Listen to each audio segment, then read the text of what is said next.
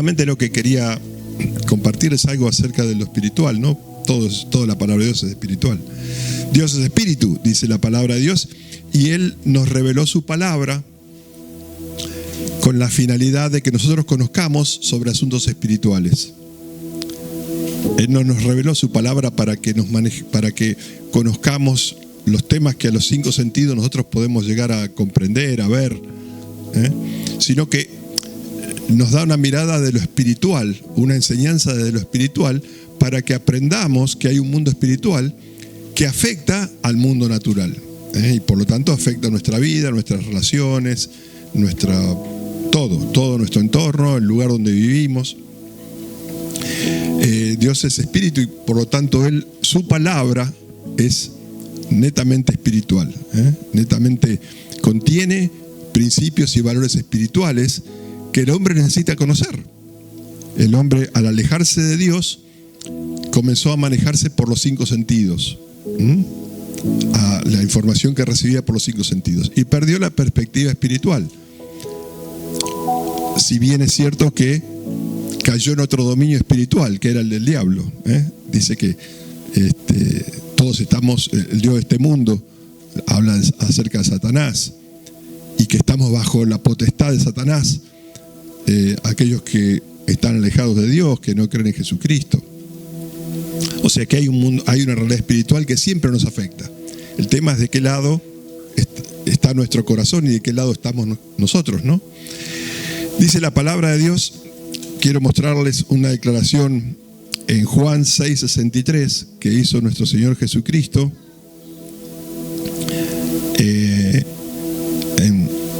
Mientras Él estaba aquí con sus discípulos, en Juan 6:63,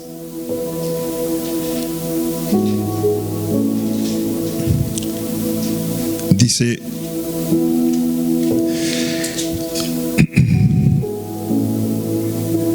el espíritu es el que da vida, la carne para nada aprovecha. O sea, aquí está hablando de una vida que viene a través de algo, desde lo espiritual, que en esta vida que nos propone desde lo espiritual, la carne no aprovecha. Las palabras que yo os he hablado son espíritu y son vida. Haciendo referencia a esta palabra que Jesús está mencionando, que son palabras espirituales y que traen vida. ¿Qué vida? Vida espiritual. Porque estas personas vida tenían, la vida a los 5 sentidos, pero no estaban entendiendo acerca de la vida espiritual que las palabras de Jesús estaba trayendo. También Jesús dice, más adelante sigue diciendo que las palabras que Él hablaba eran las palabras que el Padre le daba. No hablaba por su propia cuenta, sino lo que el Padre, Dios, le daba que hablar. O sea que es la propia palabra de Dios que Jesús traía en ese momento y que sigue trayendo hoy a todos nosotros. Esta palabra que tenemos es espíritu y es vida. Dice también la palabra en Tesalonicenses que la palabra actúa en aquellos que la creen. O sea, esta vida, esta palabra espiritual que trae vida, actúa en aquellos que la creen. Mucha gente no cree que la Biblia sea la palabra de Dios, que sean palabras espirituales y que traigan vida. Lo toman como una obra literaria. Bueno, esas personas no pueden recibir la bendición de lo espiritual en cuanto a Dios se refiere. El Señor Jesús enseñó mucho acerca de lo espiritual. En realidad, todo lo que enseñaba tenía que ver con lo espiritual, con la vida espiritual que Él vino a hacer disponible. Yo he venido para que tengan vida y para que la tengan en abundancia. Esa vida que Él vino a hacer disponible tenía que ver con lo espiritual, no con la vida de los 5 sentidos, con la vida de la carne, sino una vida que trasciende lo material. Por ejemplo, Él, cuando estaba a punto de entregar su vida, les comentó a ellos, les dijo que Él se iba, pero que iba a mandar al Consolador. Vamos a verlo esto en Juan 14, seguimos viendo esta realidad que nos trae la palabra de Dios. Juan 14, vamos a ir en el versículo, vamos a ir desde el 23.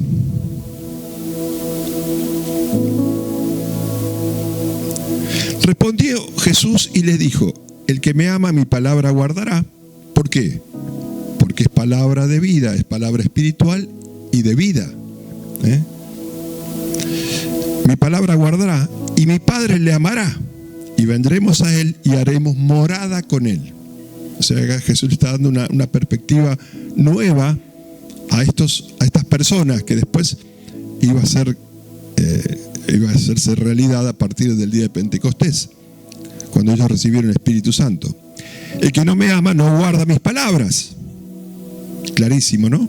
Y la palabra que habéis oído no es mía, acá está otra vez, sino del Padre que me envió. Dice el 25: os he dicho estas cosas estando con vosotros, mas el Consolador, el Espíritu Santo, a quien el Padre enviará en mi nombre, Él os enseñará todas las cosas y os recordará todo lo que yo os he dicho. Después dice: la paz os dejo, mi paz os doy. Bueno, yo no la doy como el mundo la da. Acá otra vez Jesús haciendo mención a una realidad espiritual que ellos iban a recibir a partir de que Él no iba a estar ya en su cuerpo físico, sino que iba a estar espiritualmente junto con el Padre, morando con ellos. También en Juan 16, haciendo mención a esta realidad espiritual de la cual Jesús está anunciando a sus discípulos, Juan 16 también nos dice en el 7: pero yo os digo la verdad, os conviene que yo me vaya, porque si no me fuera, el Consolador no vendría a vosotros, mas si me fuere, os lo enviaré. Y luego sigue diciendo: y cuando Él venga, convencerá al mundo de pecado, de justicia y de juicio. De pecado por cuanto no han creído en mí, de justicia por cuanto voy al Padre y no me veréis más, y de juicio por cuanto el príncipe de este mundo ha sido ya juzgado.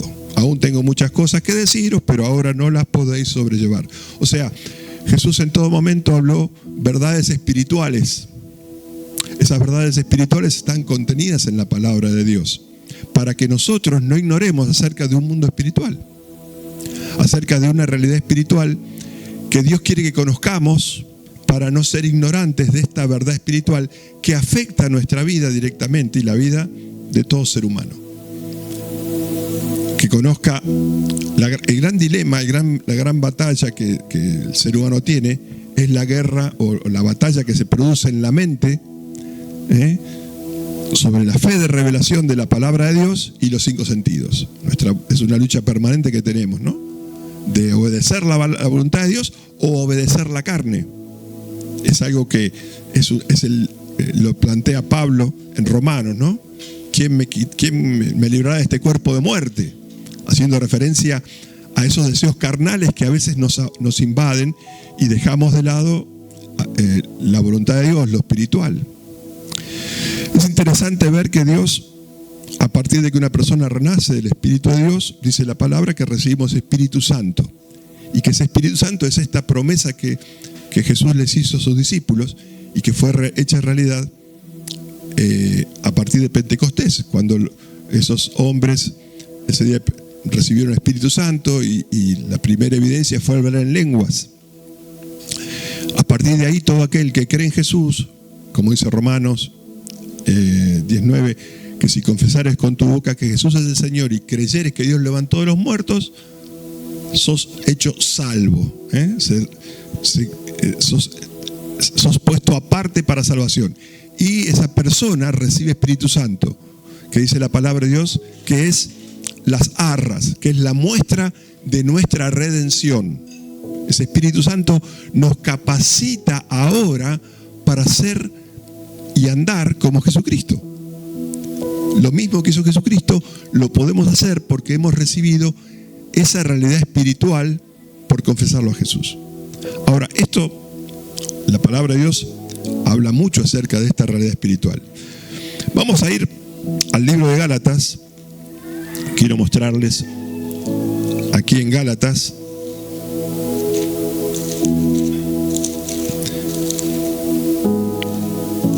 ¿Qué pensamientos son los que tenemos a diario? ¿Pensamientos espirituales o pensamientos de los 5 sentidos o carnales o del mundo, no?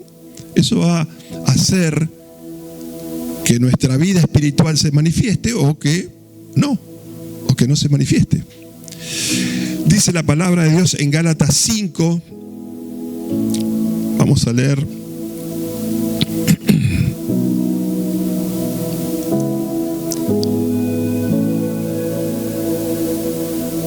Vamos a ver el 16, dice acá: digo pues, andad en el Espíritu y no satisfagáis los deseos de la carne, porque el deseo de la carne es contra el Espíritu. ¿Cuáles son los pensamientos que prevalecen en mí? Si los pensamientos de la carne o los pensamientos del Espíritu. ¿Ven? Esa lucha que se presenta en todos nosotros, porque estamos hechos, si bien tenemos, una vez que confesamos a Jesús, tenemos de su Espíritu, ese Espíritu de Dios, pero también hay una parte carnal que está afectada por el pecado, por la desobediencia a Dios original del hombre. Y hay una batalla, hay una lucha, pero está en nosotros. ¿Qué es lo que va a prevalecer? ¿A qué le vamos a dar lugar? ¿En qué nos vamos a deleitar? Como decíamos hoy. Dice, porque el deseo de la carne es contra el Espíritu y el del Espíritu contra la carne. Y estos se oponen entre sí para que no hagáis lo que quisierais. O sea que hay una contienda. Y esto, tenemos que estar atentos a esto, porque depende de esto la vida que manifestemos, la vida que evidenciaremos. ¿Cuál será nuestro deleite en la vida? En el 22 dice, nos va a hablar de un fruto. O sea, ¿cómo sé yo que estoy andando en esta vida espiritual en Cristo o estoy andando en la vieja vida? Por el fruto que evidencio en mi vida, que no tiene que ver con frutos materiales, porque los frutos materiales son consecuencias de un andar espiritual. Los frutos que yo reciba en mi vida van a estar en relación directa con el fruto espiritual que primeramente evidencio. Y acá dice, mas el fruto del Espíritu nos va a hablar de las evidencias de un andar espiritual. ¿Cómo puedo saber yo que estoy andando, estoy poniendo mi mente, mi corazón, mis pensamientos, mi deleite en las cosas de Dios? Bueno, me va a dar evidencias, me va a dar como luces que se encienden para yo poder ver si estoy andando espiritualmente o no, si mi vida está cada vez más andando conforme a la voluntad del Padre o sigo siendo mi vieja naturaleza. Dice, mas el fruto del Espíritu es amor, gozo, paz, paciencia, benignidad, bondad, fe, mansedumbre, templanza. Contra tales cosas no hay ley, dice la palabra de Dios. Aquí nos presenta características del fruto del Espíritu. Son 9. Y es también llamativo que cuando habla de la operación del don de Espíritu Santo, también son 9 evidencias, ¿no? Tendrá esto una relación directa tal vez con cómo estamos nosotros deseando operar el don de Espíritu Santo, hablando en lenguas, escuchando la voz de Dios, teniendo discernimiento de lo que es la voluntad de Dios para nuestras vidas, orando. Tiene que ver, todo tiene que ver en la palabra de Dios, todo guarda una relación. Pero acá, volviendo al tema del fruto del Espíritu, estas características, primeramente nos habla del amor. Algo que dice la palabra de Dios, que el amor ha sido derramado en nuestros corazones mediante el Espíritu que nos fue dado. O sea que yo pedirle a Dios que me dé amor para manifestar amor, cuando ya he recibido de su Espíritu, es pedirle algo que ya me lo dio. Lo que yo tengo que hacer es evidenciar ese amor. Es activar ese amor en mí para que esta realidad, este fruto, esta característica del fruto del Espíritu sea una evidencia en mi vida. Y acá podemos encontrar distintas áreas. Por ejemplo, el amor a Dios. Yo no puedo amar a Dios con mi amor natural. Vieron que muchas personas se enojan con Dios a veces o porque queremos amarlo desde lo natural. Y el amor natural, el amor humano, no alcanza para amar a Dios. Porque el amor humano se basa en el trueque. Sí, es decir, te amo si me siento bien, te amo si me conviene, te amo si me das, ¿no? Ese es el amor humano.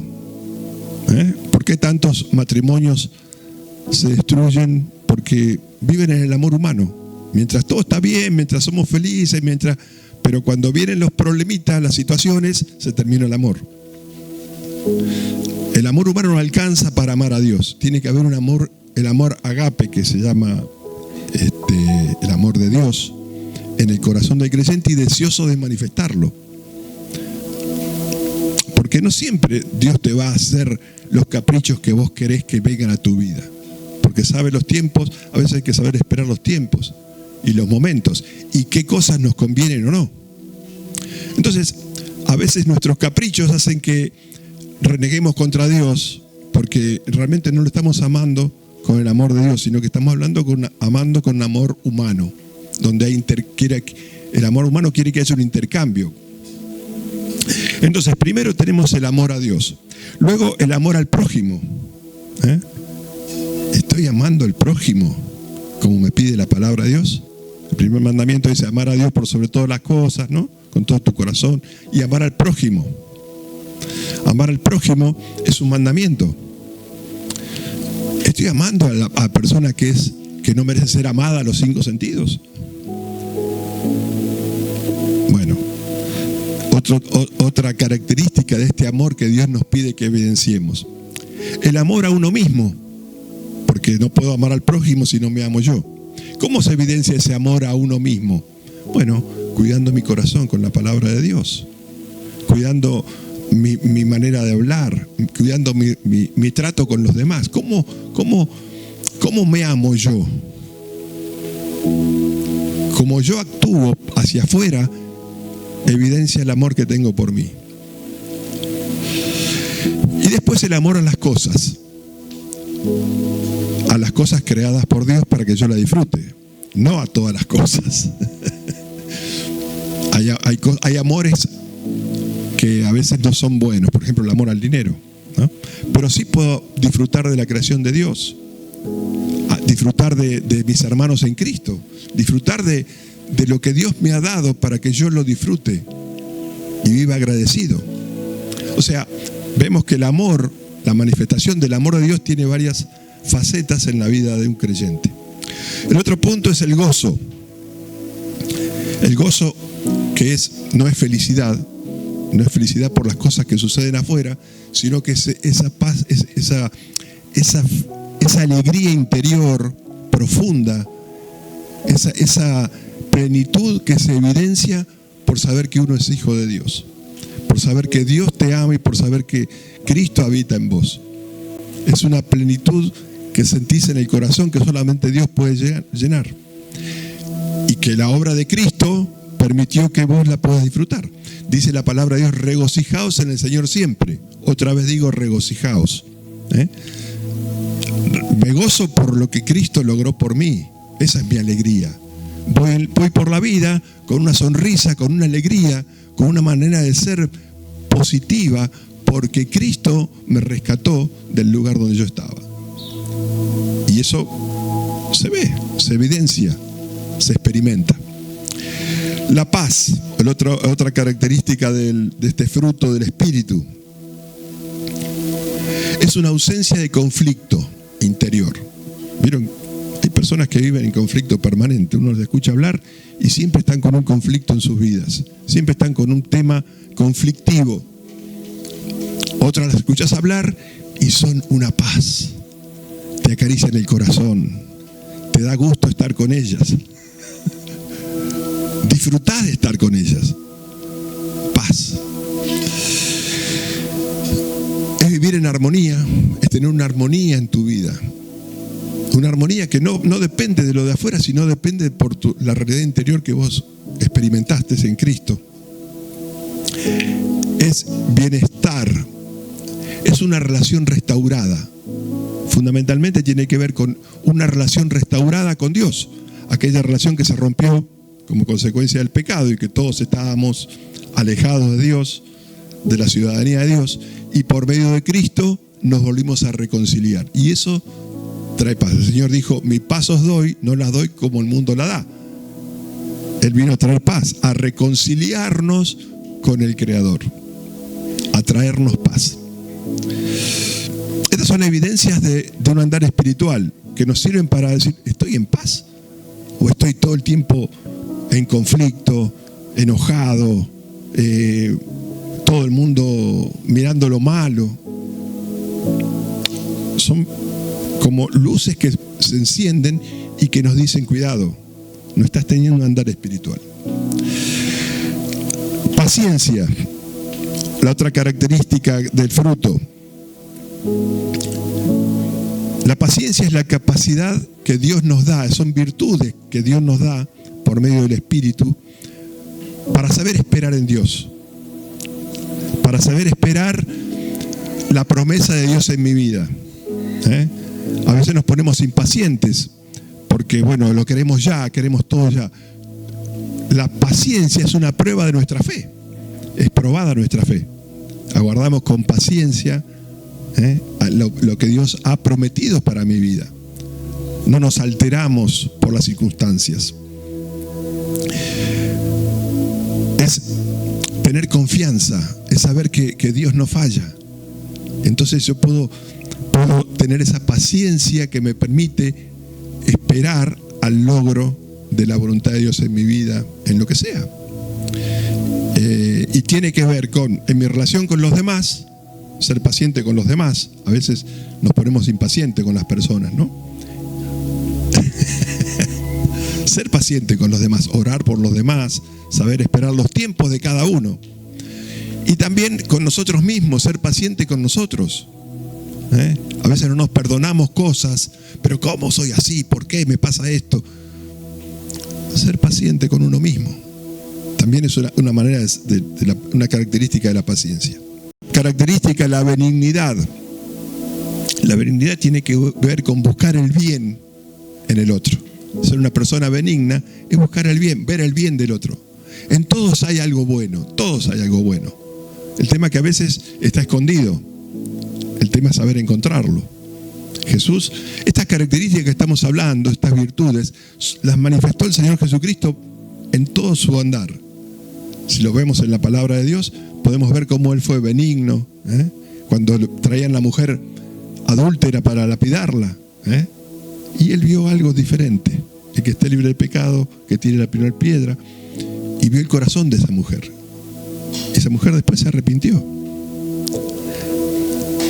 Hay muchos relatos donde vemos la benignidad del Señor hacia los demás, de buscar el bien del otro, que no solamente con nuestra mente, sino con acciones y con palabras. Buscar el bien del otro, buscar lo bueno del otro. Todos tienen algo bueno. Todos tenemos cosas que sanar y ayudar al otro que pueda ser sanado. La bondad, la otra característica. Ser bondadosos tiene que ver con ser amables, generosos, tiene que ver con la generosidad. Dios fue muy bondadoso con nosotros. Nos extendió de su misericordia. Tiene que ver con ser misericordiosos, ser bondadosos. Ser respetuoso de los otros. Respetar a la persona que tenemos delante. Todos son dignos de respeto, porque dice la palabra de Dios que Dios envió a su Hijo unigénito por todos. No todos van a creer, pero Dios a todos los respeta. Le da la posibilidad a todos. Fe, bueno, la otra característica. Estoy estoy siendo una persona que dice que la fe es confianza, es seguridad en la promesa de Dios. Tiene que ver con, como dice en Hebreos, la certeza de lo que se espera, la convicción de lo que no se ve. ¿Soy una persona que ando más por los 5 sentidos o por mi confianza en Dios? Por confiar en la promesa de Dios, por confiar en lo que Dios ha prometido. Tiene que ver entonces con una profunda confianza en la voluntad de Dios. Eso es fe. Dice la palabra que por fe andamos y no por vista, no por los 5 sentidos. Mansedumbre, la palabra mansedumbre tiene que ver también con ser enseñable por Dios, ser manso a la palabra de Dios, ser obediente a la voluntad de Dios. Perdonar tiene que ver con, soy una persona que perdona. La palabra de Dios me pide que perdone. Que no tenemos lucha contra sangre y carne. A veces creemos que nuestra lucha es con la persona, cuando en realidad hay una realidad espiritual detrás. Mansedumbre, ser enseñable por Dios. También muestra un carácter que manifiesta calma, que manifiesta confianza en Dios. Jesús, por ejemplo, cuando lo agredían, él se permanecía callado, no tenía nada que decir. Él se mantenía orando, era manso a Dios, no respondía de la misma manera que los otros lo atacaban y lo agredían. Él estaba haciendo la voluntad de Dios. Y eso le permitía a él presentarse como una persona mansa. Templanza, la última característica que vemos acá de fruto del Espíritu. Es la capacidad que Dios nos da, la virtud que Dios nos da para nosotros dominar la situación. Tiene que ver con el dominio propio. Dominar nuestros pensamientos, nuestras acciones, nuestro decir, nuestro hablar a la voluntad de Dios. Controlarnos de las emociones carnales que a veces afloran. Eso es templanza. Es ser hombres del temple. No quiere decir que seamos débiles, sino que muestra un fuerte carácter a hacer la voluntad de Dios. Temple también tiene que ver con estar preparados para soportar el esfuerzo, la demanda que a veces viene a nuestra vida. Ser una persona de temple, de mantenernos sin variar, sin dejarnos llevar por impulsos y por... a veces hay una frase que decimos mucho en Argentina, me salió la tanada, ¿no? Como si fuese eso, eso encasilla, pobre, aquellos que son tanos, italianos, pero en realidad a todos nos sale de algún modo a veces,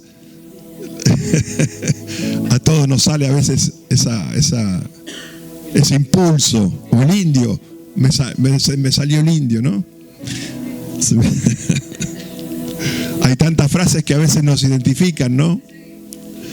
Pero bueno, el Señor, estas características que vemos que son del fruto del Espíritu son características que Jesús nos deja evidenciado en la palabra de Dios y que nos llama a nosotros a incorporarlas. Ahora, ¿cómo hago yo para incorporar esto? Porque esto lo recibimos espiritualmente. Está ahí en un estado potencial. Es como la batería del auto, que hace poco cambié la batería del auto porque tuve que poner una batería nueva y ahí hay un poder. Esa batería tiene un poder potencial, que cuando yo enciendo la llave se activa. ¿Cómo activo yo ese poder potencial que tiene la batería espiritual que Dios puso en mí? Bueno, primeramente siendo consciente del llamado de Dios a mi vida, el propósito de Dios para mi vida, mi identidad hoy como hijo de Dios. Ser consciente en cada momento, porque en cada momento va a demandar que yo diga, no, yo soy un escogido de Dios, soy un hijo de Dios. ¿Cómo no voy a manifestar amor, gozo, paz, paciencia, benignidad? Ser consciente de eso. El diablo quiere robarte la identidad de que sos hijo de Dios, porque cuando te roba la identidad, caes en tu vieja identidad. La otra forma es la palabra de Dios. La palabra de Dios es esta palabra que es espíritu, que nos guía a toda verdad, porque es espiritual. Esta palabra que Dios reveló para que no ignoremos acerca de asuntos espirituales.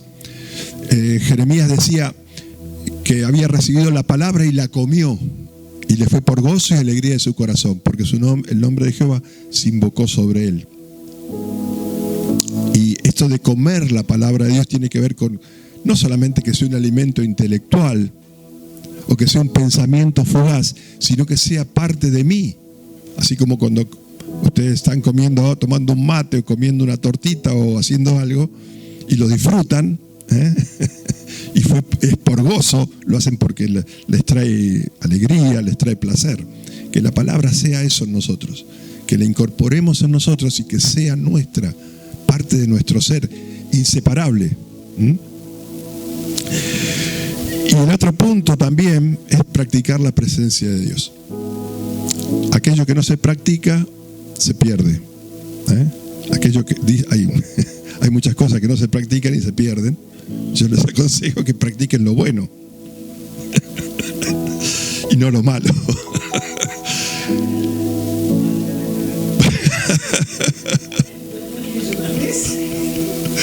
Practicar lo bueno, lo que agrada a Dios. Lo que no se practica se pierde. Practicar la oración, la presencia de Dios, la alabanza, la congregación. Congregarnos con hermanos en Cristo, que nos podamos tener un mismo sentir para cargar pilas y salir al mundo y ser luminares y no ser una sombra más que anda por ahí perdida en el mundo.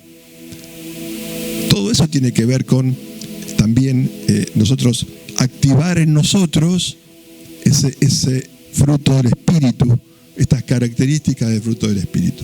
Orar, la palabra, congregarnos, alabar a Dios, que nuestra vida sea una vida de alabanza a Dios.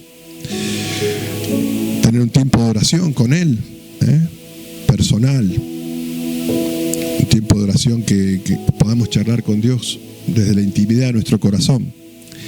Para cerrar, quiero leerles una reflexión de George Muller, un creyente, que dice: vivo en el espíritu de oración, oro mientras camino, cuando me acuesto y cuando me levanto, y las respuestas están llegando siempre a mis oraciones.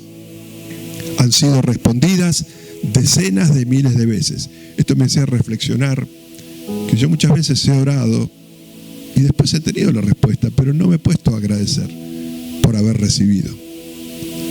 O sea, una vez que recibiste la bendición de Dios, ya está, listo, ¿no? Pero ¿te pusiste a reflexionar cuántas veces Dios respondió tus oraciones? ¿Y cuántos no alcanzaron porque tal vez no por Dios, sino por tus concupiscencias, ¿no? Por tus indisciplinas mentales? Dice, han sido respondidas decenas de miles de veces. Yo creo que no las podría contar, pero sé que han llegado.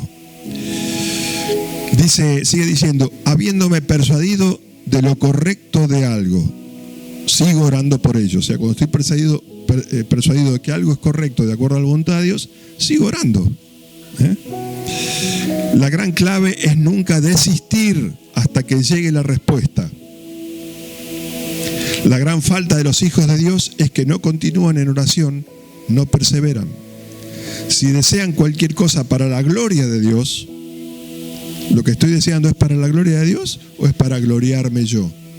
¿Busco mi propia gloria? ¿Qué es lo que estoy buscando? Si desean cualquier cosa para la gloria de Dios, deben orar hasta que lo obtengan, porque Dios no miente, Dios no falla, Dios cumple su voluntad en cada uno de los hijos de Dios, porque como dice, la palabra de Dios se cumple en aquellos que creen, en los creyentes. Actúa en vosotros los creyentes. Así que bueno, quiero orar con ustedes, agradecerle a Dios por habernos dado de su espíritu y que ese espíritu cada vez más lo podamos evidenciar y podamos recibir los frutos o el fruto que Dios ha ha determinado para cada uno de sus hijos. Así que, Padre, te quiero dar gracias. Gracias en el nombre de Jesucristo porque tu palabra contiene verdades espirituales que jamás podríamos nosotros entender y conocer si no nos fuese revelado. Y cada día que tu Espíritu nos guíe a toda verdad, como dice tu palabra. Necesitamos que Él sea quien vaya delante nuestro, guiándonos en cada propósito, en cada momento, en cada situación de nuestra vida. Y que las evidencias de ese fruto las podamos ver para saber que estamos en tus propósitos, en tus caminos. Danos sabiduría para eso, Padre Santo. Así como nuestro Señor Jesucristo jamás se apartó de tu voluntad, jamás habló cosas que no fuesen conforme a tu propósito. Permítenos a nosotros también tener esa claridad de pensamiento que tuvo nuestro Señor, para no caer en lazos del diablo, para no ser engañados, para no ser distraídos por las luces de un mundo oscuro, las luces que hoy están y mañana no están, sino que la luz de Cristo alumbre nuestra vida, nuestro andar permanentemente. Te damos gracias en el nombre de Jesucristo. Amén. Dios los bendiga y bueno, que sirvan que estas luces que se encienden espirituales, que nos ayuden a nosotros a cada día perfeccionar nuestro andar, porque como decía el apóstol Pablo, no es que ya lo haya alcanzado, sino que me extiendo al premio del supremo llamamiento de Dios en Cristo Jesús.